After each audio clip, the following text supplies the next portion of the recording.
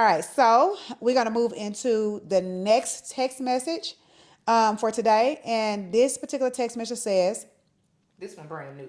brand new, Fresh. Okay. off the press. Okay. Okay, it says, here's my dilemma.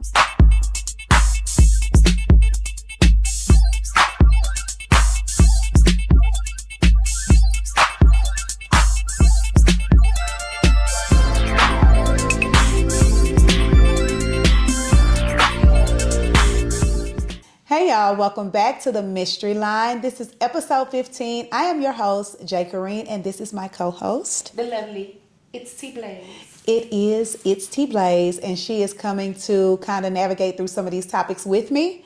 I do want to reiterate early on in the show that we do have a phone line for Mystery Line. It is opened 24/7 for texting and voicemails. The phone number is 346-631-6449. And we also go live every Thursday, 7 p.m. Central Standard Time. And I also want to make an announcement that we will have a permanent posting day, which is Wednesday evenings. We will be posting new episodes. On hump day. On hump day, okay? After y'all get through humping around, make sure y'all tune in to the Mystery Line. And it'll be Wednesday evenings. So this is something for you to sit down and listen to as you're eating dinner or once you relax and kick back in the bed. But we do appreciate all the support that we are getting from the Mystery Line. Absolutely. Now, when we jump in today's episode, we have a lot of topics to discuss. But first, we're going to kind of retouch on the topic from episode 14. We had incoming text messages, and sometimes with the text messaging, we have additional questions that we have. And so we asked those questions during episode 14. And so the individual who sent in the text message kind of gave us a little clarification to that. So, and if you did not watch episode 14, I would encourage you to stop here. Pause. Go back to episode 14. Rewind. Yes. Listen to that scenario so that you can understand what we're adding in. So I'll just give a brief synopsis. On that scenario, we were going through a married couple who's going through a rough divorce. There was a grandchild involved in that divorce. It was made clear that the grandchild is a bonus grandchild. To the husband. Mm-hmm. And since the wife has tried to make visiting the grandchild easy. However, this last meetup was a no-call, no-show by him. And also with the tax lien or tax, whatever they got going on with that on the IRS, that also occurred after the marriage. So she was not aware of this prior to saying I do. Okay. Now, my thing always with children, you can't come in and out of a child's life at your leisure. Mm-hmm. Now, whether that was a bonus granddaddy, a daddy, I don't care who you are. You cannot do a child like that, especially if you have, set up going to see them and they are aware of it and they know about it. You cannot do that because that's hurtful for the child and it's damaging to that child. Right. So she did reiterate also after the judge signs off on the divorce decree, she is never looking back and never going to speak to him again, wow. Which it sounds like they don't have any ties. Except the grandchild. And I guess my follow-up question, I don't know if she addressed it. How old is the child? Yeah, well, because is he old enough to have a cell phone where he can have this kind of relationship with the grandfather on his own? And they build a relationship on their own because it sounds like it's a lot of turbulence to navigate through. And so it may be best if all of the, because I remember I watched episode 14 because I wanted to be prepared for today. So I do watch all the episodes as well. But it sounds like she's still bitter and upset. And so it's very hard to try to have a peaceful relationship with the grandfather if all of that is going on and you feel it as a child. So I personally think let the adults step back, accept the bonus granddaddy and the grandson, and let them try to have a relationship together, even if it just starts off as a text message or we just sharing funny TikToks or whatever. And let them build a relationship if they're going to have one. I mean, let him hang himself if that's what he's going to do.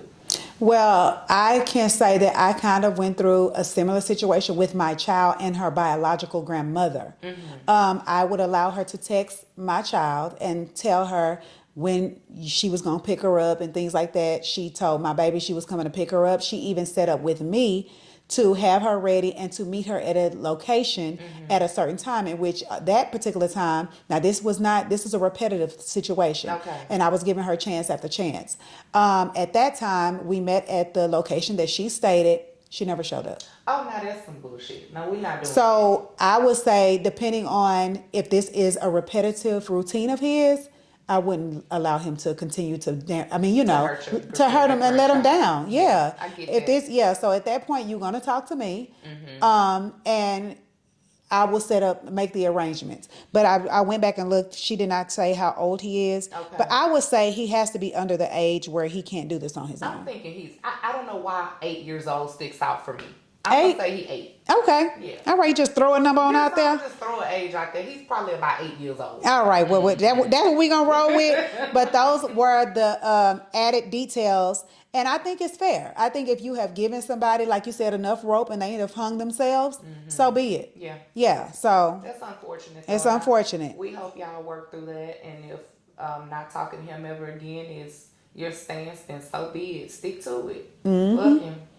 You gave him the best years of your life. You gave him the enough years of your life to where you ended it to where you didn't waste a lot of more time. Because I'm a firm believer now. End things early. Don't drag shit out and have me all, no. All right, so we're going to move into the next text message for today. And this particular text message says, this one brand new. Brand new. Fresh. Okay. Off the press. Okay, it says, here's my dilemma. My husband is a spender. He makes random irresponsible purchases and doesn't take care of business first. It drives me up the wall. We have 3 children at home, ages almost 10, almost 8-year-old twins. Ooh. We both work, we both pay bills. He handles the heavy bills and I take care of things like the water, cable, and car insurance and my vehicle. But I also pretty much take care of kids' every need by myself, along with food and extracurricular activities. Lately, we haven't been making ends meet. He suggested something about getting a payday loan, and I pretty much forbade it. What did he do? He went and got one anyway. Shake my damn head. Now that's trust issues. Go ahead. Right? Now we are in an even bigger bind because the payment is $300 every paycheck, and we are still behind. Fast forward to now, my stove went out like 6 months ago, and I haven't been able to replace it. I completely got all kids ready for school, including 3 pairs of shoes each, all school supplies, and since I'm taking this loan, I've had to put more of my check on his portion of the bills, and I'm fed up.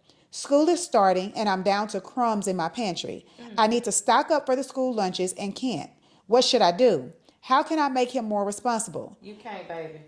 12 years is a long time to throw away, but I'm at my wit's end. Between the both of us, food stamps is not an option. Help, signed a trying but tired mother. Let's all woosah. Hold on. Oh, and the most important thing is I work full time.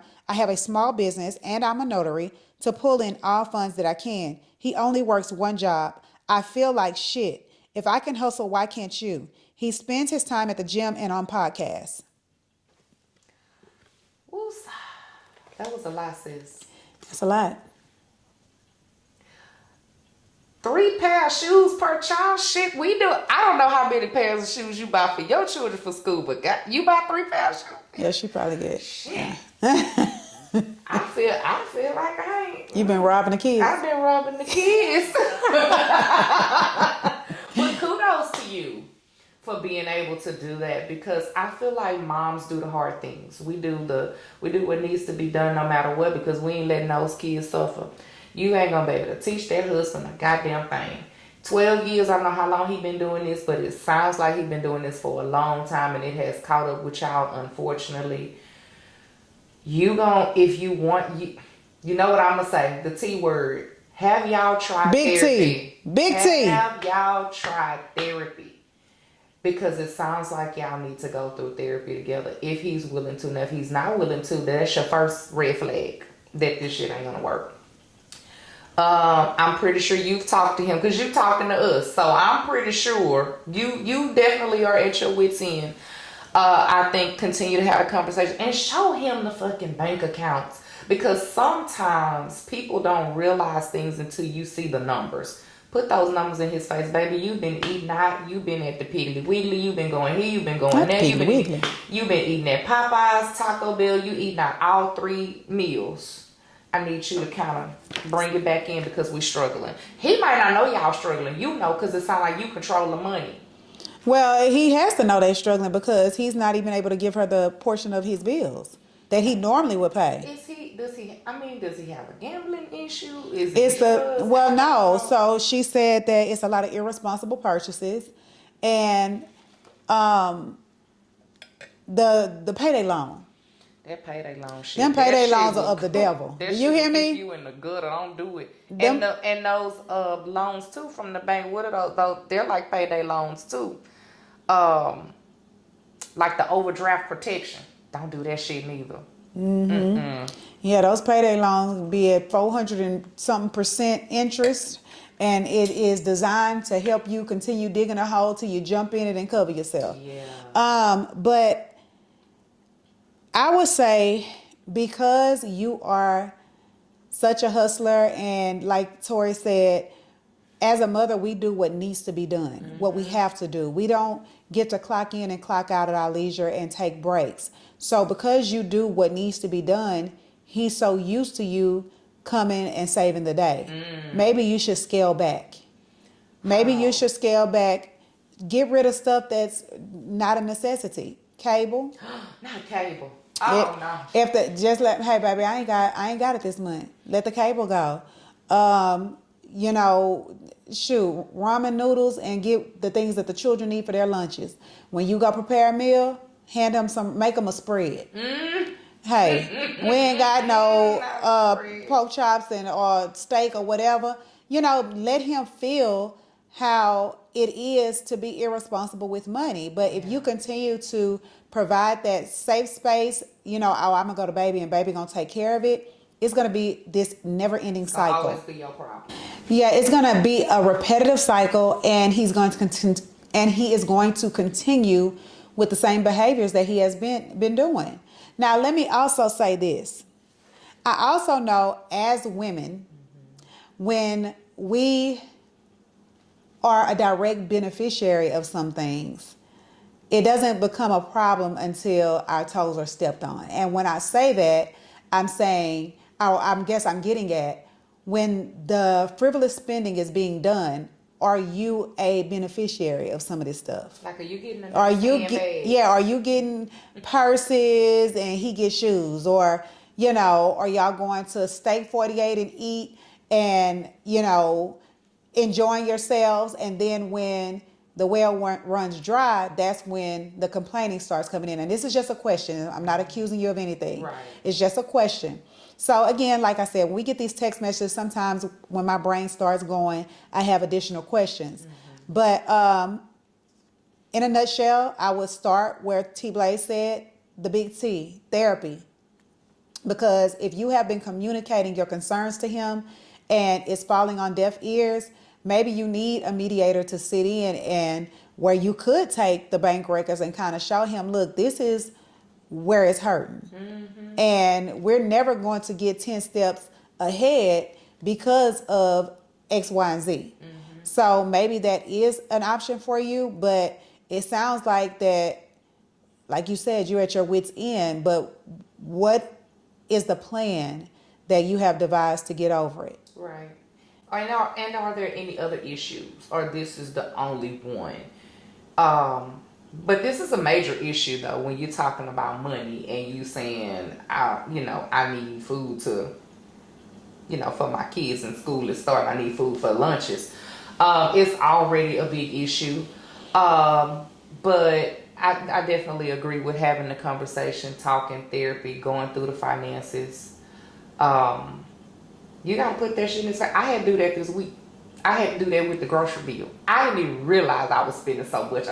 I looked at that goddamn grocery bill. In the month of July, I spent $706.20 on groceries. And it shocked the shit out of me. I was like, well. So conversations had to be had, and we put some steps in place because we're not going to be spending $700 a month anymore. Okay. That's with cash. That's with debit card. That is with absolutely no assistance. I wish I could have assistance, cause goddamn. Well, again, I would say, kind of have that conversation with him. And it does become overwhelming when you, as the woman, are the aggressive hustler. And it's kind of like he looking at you to figure out where ends going to meet. I can also say that was the downfall of one of my relationships, one of my previous relationships. I did not feel like he was as aggressive as a hustler as I was. It's kind of like if the lights get cut off, I don't need you looking at me. I need you coming to me with a plan of how we gonna get these mother suckers back on. Even if you gotta go climb the fence and plug a extension cord into the neighbor's outlet. I don't care how you gonna make it work. I need you to come up with a plan. Don't come looking at me to fix it all. Like, that is a huge turnoff for me. And it was the downfall of one of my relationships. I will admit that. So before it gets to that, I would say therapy, or sit down and have a serious conversation on this matter. Not via text. Verbal conversation where you look at him in his eyes. Like Lakia say, get your little drink. If you got to take a shot, because it will get uncomfortable. Yes. But uncomfortable conversations, as we know and we have said time and time again, are very much necessary, especially when it's trying to hold a family together, trying to hold a marriage together, and all that. So that would be my suggestion. I have another question.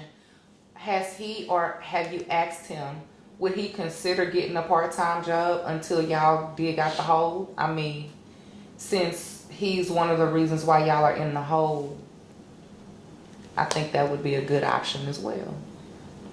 So everybody hustling. Everybody got to hustle. And no more payday loans, because that shit right there. I hope y'all get out of that ASAP, and when y'all done, I wouldn't apply for it now another. Yeah. Payday loans are of the devil, I'm trying to tell y'all. Yeah. All right, which leads us into our next topic, and we kind of just use that as advice to you. With people getting away from having conversations, since we are living in the world of technology and everybody resorts to sending a text or being what they say keyboard gangsters, when you have a disagreement, you're communicating via text or the computer or things like that, DM or whatever. Sometimes verbal conversations are necessary. You know what I mean? Because things can be misconstrued through text. And when you're verbally speaking to someone, and I feel like and you're in their presence, they can truly understand your feeling behind it. Yeah. You know what I mean? Now, I'm not saying do this type of communicating when you're angry, because that could be detrimental to whatever situation, to any relationship. But to have a serious conversation, I don't feel like it should ever be done via text. Right. I feel like you should set up dinner, or I even if it's just you sit down at the table, I sit across from you, and we're just talking. But I think that's necessary. I think that we also should do that with our children, because it teaches them how to communicate, especially as they're growing up. A lot of our communication in the 2000s, okay, from the 99 taking over to the 2000s, is via text. And I just feel like sometimes I don't know, I don't feel like our true points are felt from the receiving person. Right. You know what I'm saying? Things can be misconstrued via text too, which happens all the time. Would you be okay with a phone call if you just came meet for dinner? I would be okay with a phone call. Okay. Now, I will say, when I'm feeling strongly about something and I'm upset, I do have to allow my feelings to kind of subside and calm down. Absolutely. And sometimes I will approach the situation with a text, only because I'm able to fully think out what I want to say. And in the heat of the moment in a conversation, I sometimes forget little things. And one thing about me, especially if it's an argument, No. we gonna re-argue. Do you hear me? If I forget to say something during the argument, we are definitely going to re-argue because I have to get that point across. But I will say that's something that I struggle with, and that's when I'm, like I said, I'm upset or I feel strongly about something. I feel like I do initially have to start off with a text because I do my bullet points and I'm able to address everything and fully think out something. Because sometimes when you are in a heated discussion, you don't have a good listener. You don't. Because in order to communicate, you have to have somebody actually talking and you have to be, have a good listener. Somebody who's not going to cut you off and things like that. And so that's just something that I know about myself. So I'm just going to lay that on out there. I am guilty.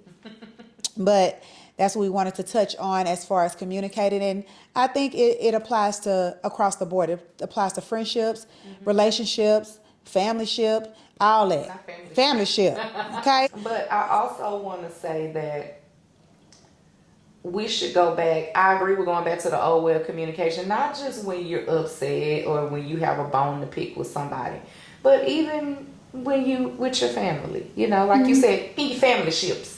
So if y'all sitting around the table, and I know my kids, oh my God, they are notorious for it. We could be sitting around the table at a restaurant. We be sitting around the table at home, which we don't do as often. We really only sit together at the table for holidays because everybody's kind of on their own schedule. But everybody's got their damn devices. They got their devices propped up on their stands. They watching the show. They got their earbuds in. It's like we don't even fucking exist. And I'll just start a topic. Like, okay, that's a good best practice. Yeah, I'm going to start a topic. I'm going to come up with a game to play. We going to play some kind of music game or something because I'm always trying to get everybody engaged. But like I said, that's a best practice because when it comes to communicating, whether it be them getting into a relationship of their own, when it comes to communicating with getting a job, they're not as timid. Right. You know what I mean? They know how to actually form a sentence. They know how to actually communicate. And it also helps with vocabulary. Yes. Like, I just feel like these are, or when you go to college, sometimes classes want you to be able to do public speaking, or you have to get in front of the class and do whatever. So I do feel like when you sit down and communicate with your children, it prepares them not only for the conversation that's being done right then, but it prepares them for the future. Yeah. Because a lot of people don't know how to express their emotions or things like that. And those also could be reasons why relationships fail. You know what I mean? Communication. I don't even know how to talk. But let me tell y'all what pisses me off the most about this new age and this new world. Listen here, let's hear it. I don't like how kids can be bullied online. How? Oh, yeah. How the fuck are you gonna bully me online? I don't even know you. And some people, you may know them from school or whatever. But how you go, like, back in the day, if you got bullied, it was at school. Yeah. So I don't understand that though. Like, you not get ready to bully me online. Like, fuck that. I just feel like it again, that's what they call keyboard gangsters. They feel more comfortable talking to you behind a keyboard because you can't really properly address them. So even the bullies are cowards now because of the texting and all of that. So yeah. What are they saying? Because there has been a significant increase in suicides from cyberbullying. What the fuck are you saying to me online that's gonna make me say I don't want to be here anymore? Probably stealing pictures, creating false statements, and just making you feel less than. Fuck them people. And I also think it's kind of something mentally where they can get into your head and, like I say, make you feel less than. But if we was having those talks with our children, those verbal talks, get in their business, sit them around the table and let them know what's going on. Them phone checks, like I do, my kids know when you come in. If I say phone check, the phone must be handed to me right then. Right then. Well, your children are a little bit older. Even when they were younger, though, if I felt like it was something that needed to be addressed, then yes, I would. But I don't think I've ever checked my kids' phones. Baby, no ma'am. When I say, because they get exposed to so much. They do. You know what I'm saying? I even had ran across where, I can't remember the Roblox. My baby loved Roblox. Yes, she does, Lord. And they even have porn. On the Roblox site? Roblox, not on the actual site, but these retarded-minded people have created porn in the form of Roblox. So my kids know, and this was even with my first child. When I say phone check, you got to hand it to me right then. And they both know, I've instilled in both of them, whatever I find in this phone, you own it. So if you say you let your friend borrow your phone to text Sue and Robert and whoever else, and I find anything sexually explicit, porn, cussing like a sailor, whatever I found in that phone, you own it. And so you will reap the consequences of whatever's going to happen. So yes, it happens with both of them. Okay. I didn't do phone checks with my children. I have pretty mild-mannered, easygoing children. I just try to create an open forum that you can come to me and ask questions if you're curious about anything. I don't really care about you looking up sexually explicit things because I would rather you look it up and know for yourself than to get some bullshit from your friends. Or if you have questions, I'd rather you come ask. Or because they're exposed to so fucking much, you cannot possibly keep them from everything. Right. There's Twitter, there's Insta. They got porn on fucking X, so you can't keep them or shield them from everything. And you want them to learn how to function as young adults. That's true. So but I think that comes at a certain age. It does. I'm not saying your child at 8 or 10 should be, or 12 should be able to do that. But I'm thinking, because my children are older. I have 2 adult sons and my baby girl is 16. So ain't no telling what them boys done looked up. I don't even want to see it. I don't want to know. I don't care. Like, I don't want to know about it. Some shit that'll make me blush. I doubt it. But... But yeah, just having that open forum and that trust. I'm not saying you don't trust them if you phone check, because if you phone check, that's just what you do. Because I've had friends that phone check, and it is what it is. I tend to feel like if you don't do anything to make me feel like I need to check behind you, then I won't check behind you. Husbands included. Okay, so moving on to our next topic, and this is something I feel like everybody can weigh in on an opinion because we all should have one. Okay.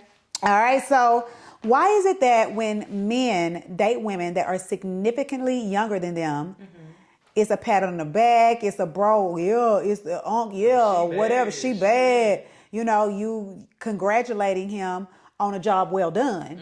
Whereas when a woman is considering dating somebody who is significantly younger than her, it's frowned upon. She a cougar. And she a cougar. She robbing the cradle. She all of this. And I'm talking about... You too old to be with that little boy. Hey. And I'm talking about... so the man relationship that I'm referencing is Deion Sanders and Carucci. There's a significant age gap there. But when Larsa Pippen was with Marcus Jordan... It was frowned upon. It was she nasty, she this, she that, she got children here. How they gonna?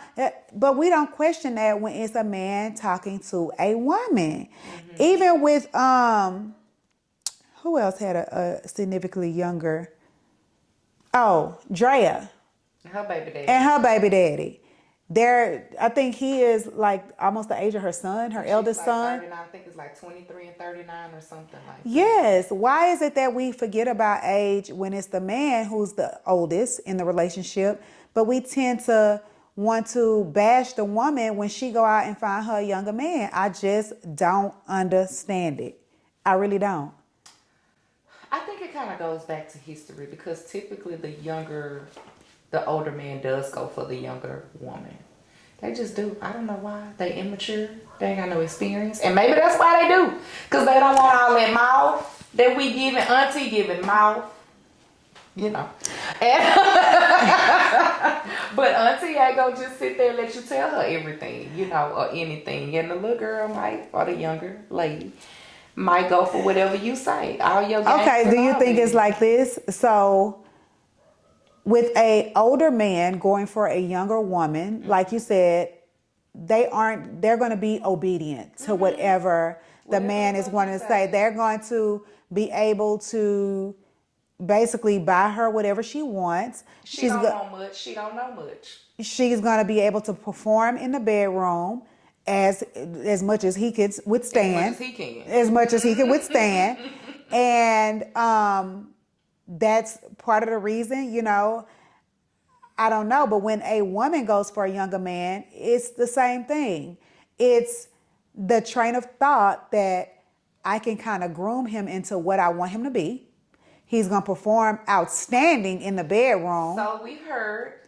And he ain't going to ask for much, but some Jordans, a video game, some wings on the wing deal day. Some hot chips. You know what I'm saying? So I just don't know. Are these, kind of things that they look for or whatnot? And but then again, you have younger men who approach older women. They do, because they are tired of the games. They want someone who's more experienced and established. And the younger women their age just aren't. They're not there. They may not be as sexually experienced. And to be honest, older women and younger men are more compatible sexually. You think so? I know so. Okay. I don't have a younger man or anything. I'm married, but I'm just saying I have conducted the research. This is a research lady right here. If I give her a topic, she's going to go straight to Google and she's going to say, if you go pull up this website, this article says this, that, and the third. I listened to this podcast and they said this, that, and the third. We need to research that. So she is the research lady. Yes. But it's just crazy to me. It's very bizarre to me. I would never understand why it's frowned upon. I feel like age is nothing but a number. If they are legally able to, date that individual, so be it. Who are we to judge? Right. Especially if it don't impact. I have never been one to be that vested in somebody else's business. Like, who are we to judge? If you want to go get if you 57 and you feel like you want to date a 23-year-old, I mean, when you're thinking about it, yeah, they were babies when you were, but at this point they are of legal age. And it does not bother me, not one bit, as long as it doesn't directly affect me. Now, if it was one of my girls, then I would feel away. That's like, girl, what you bring that old ass man over here for? Girl, he probably got worms. That's what they used to say in the old days. When you dated an older man, he got worms. But I just don't understand how we can condone it when a man is getting a younger woman, but we choose not to condone it when an older woman is getting a younger man. I just don't see any difference in it. I feel like it's more socially accepted. I feel like that was right for the goose, right for the gander, across the board. Across the board. Love who you love. As long as they're treating you right and making you happy and y'all are compatible in all ways, go for it. Younger, older, doesn't matter. That's right. All right, and our last topic that we are going to talk about, we're taking it back to the side piece situation. Okay. The side piece information that we're going to discuss is information that we choose to divulge to our side piece, opposed to information that we should or should not divulge to our new mate, somebody that we're pursuing in a new relationship. Okay, all right. So it is believed that, I'm not going to say believed. So it is very common across the board for everyone to think their side piece, whether man or a woman, is your safe haven. That's where you go for, peace. That's where you go to escape all the turmoil that you may be going through in a relationship. You kind of can relax, relate, and release this person without, the back and forth, the arguing and whatnot. And, it's fun. The chase of it is fun. And that's what it is. So you tend to be a little bit more open and forthcoming with what's going on at home, if that's something y'all choose to discuss. Not everybody wants to discuss it because that's what they're escaping anyway. Right. Why are we talking about it? Right. But when you get with your new mate, it is frowned upon to discuss with your new mate everything terrible that was in your previous relationship. You're supposed to keep that on lock and key, throw it away, because that individual could be devising a plan to take you through that or worse. The same hell you just escaped. So when you get in a new relationship, especially from a woman's side standpoint, you're supposed to, let your new mate know the good things that happened, how you were treated like a queen. Not this nigga used to come home late at night and black my eye and he didn't treat you like a queen. That's why you're not. Then you take it to the grave with you. And if he didn't treat you like a queen, use your elementary school imagination and come up with some shit. Okay, come up with some shit that will, like I said, not allow him to take advantage of the situation. Right. Because you have some men, not all, some men that will do that. True. Another thing about it, ladies, is don't tell a man what you're looking for. I have seen it happen. I have seen it with my own eyes. I have experienced it. Not me personally, but I've seen somebody else go through it.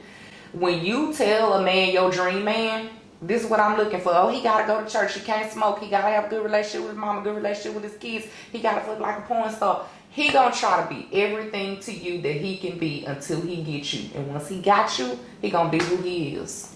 Very true. So that goes back a few topics ago about telling everybody what you got, what you doing, Get to know them as an individual. Look for the red flags. Let him get to know you as an individual. And if y'all jail, y'all jail. Right, because they gonna put them sheep's clothing on. Oh, you know it. They gonna put them sheep's clothing on, and then at the right time, once they got you, like Grump said, it's usually after the 90-day mark, here come that wolf out of that sheep's clothing. Here come that wolf, but by that time, you've possibly been stigmatized. It's too late. You have already fallen for him. And when we say too late, it's not easy to walk away. Right. And as much as we, say how strong we are or whatever, until you actually put in that situation, you can't really say that. Because once you've been with somebody so long and you've grown to know them and, you have attachments, whether it be children or whatever, you got feelings that they're pulling on, it's not easy to just say, okay, I'm finna pack my shit and go. Especially if y'all could possibly be living together, have other type of business attachments. It's just not that easy. Right. So just be very mindful when you're pursuing someone new about the information you choose to divulge to that individual. And definitely, do not tell them no hell that none of your previous relations sent you through. Because you, at this point in a new relationship, you don't know his motives. And until you know that nigga motives, everything stays on lock and key. Take it to the grave with you. I don't even feel like when you know his motives, because people change like the weather sometimes. Take it to the grave with you. Only divulge to him what made you happy, behaviors that you want him to mimic. So only information that you're going to give your new mate is the behaviors that you would like him to mimic from your previous relationship. Oh, he took me to Steak 48. He dated me every Saturday. He took me to get my nails and massages every other week or once a month. Only the positive stuff he gave me money. Only the positive stuff that you want to actually be repeated is the things that you should be talking about. And that's just my thoughts on that. Agreed. Now, again, we have covered a lot. We have discussed a lot. And we love to hear you guys' opinion. We love to get the incoming texts, the phone calls of topics and scenarios to discuss. And it does not necessarily have to be relationship based. Like I say all the time, it could be trouble you're having at work, advice you may need. I remember last episode 14, we got a call in about social media and how to respond to your supporters and comments that are being left on your social media post. So it could be any topic. And remember that number is 346-631-6449. I'll repeat it again, 346-631-6449. And I think this is a wrap. I want to say something before we go. It's not a wrap. Go ahead. Almost. So to the two ladies who wrote in tonight via text, thank you guys for being courageous enough for sharing your stories with us. Thank you for allowing us to give our opinion. We don't know y'all. We've never met y'all today in y'all lives, but y'all have entrusted us enough to call in or text in and ask for an opinion. So we appreciate that. So anybody else who needs any help with anything, come to us. We're not judging you. We're not judging you. And if you put any other information in there, like names, and you say, I don't want my name to be said, you will remain anonymous. Absolutely. Scout's honor. Yes. So, we promise. So thank you so much again for joining in and for participating. Yes, we need the support, and we are very appreciative of all the support of the Mystery Line. And that is episode 15. It's a wrap. Whoop, whoop.